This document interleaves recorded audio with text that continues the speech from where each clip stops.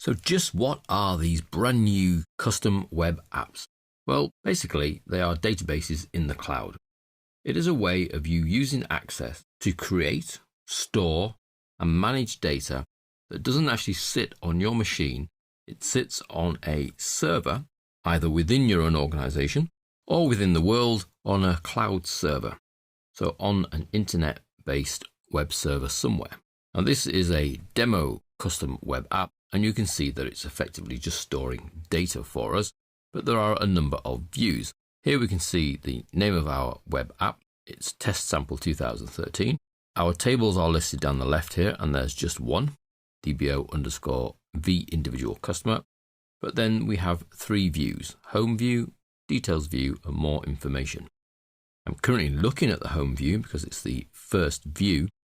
And then I can choose details to see the detail view, and you can see this just lists all of my customers effectively in a data sheet format. We do have the option here to plus, so that's to add a new record, or to delete, so that's to delete a record. We can even sort by any of the columns. So if I wanted them in last name order, I could sort ascending, and you can see my data is then presented in last name format. So all of this manipulation and playing with the data is all done through your web browser. There's no requirement for Access to actually use a custom web app. Anybody can use the custom web app, and they do not need Access. Where you will need Access is if you want to build the web app in the first place. Obviously, a little later in the title, we look at creating a custom web app using Access 2013.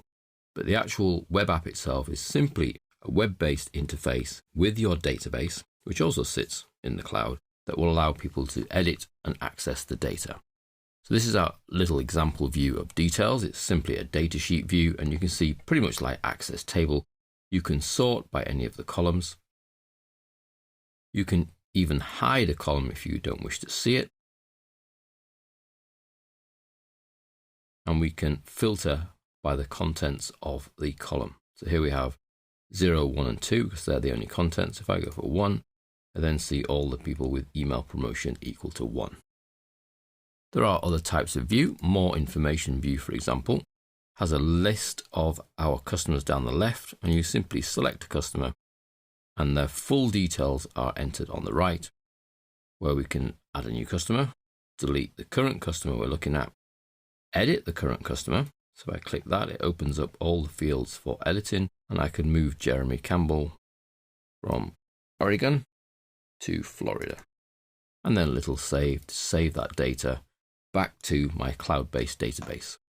So this is the basics of it. It's web-based interaction with data. Anybody can access the web-based if you give them the URL and make changes, edit the data, etc. To create this web app in the first place, you'll need Microsoft Access.